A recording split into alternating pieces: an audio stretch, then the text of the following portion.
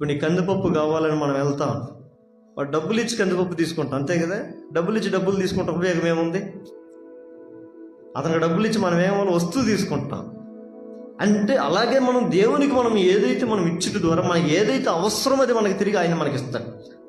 Right, అర్థమవుతుందా? నీకు ఏదైతే అవసరమో దాన్ని అనుగ్రహిస్తాడు. దాన్నే దీవెన అంటాం.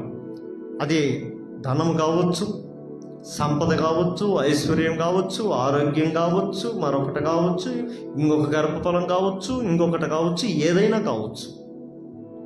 నీకు ఏదైతే అవసరం ఉందో దాన్నే దేవుడు ఇచ్చుట దీవెన. ఇక్కడ చూసినటువంటి హిజ్కియాకి పొందుకున్నది ఏంటంట? ఆయన ఆయుష్ పొందుకున్నాడు, ఇంకొన్ని రోజులు బ్రతికే భాగ్యాన్ని పొందుకున్నాడు. ఈరోజు మనం అంటుంటాం అన్నిటికంటే ప్రాముఖ్యమైనది ఏంటంట? ఏంటి? ప్రాణమే కదా. డబ్బులు పోతే పోయినాయి, ప్రాణం వస్తుంది.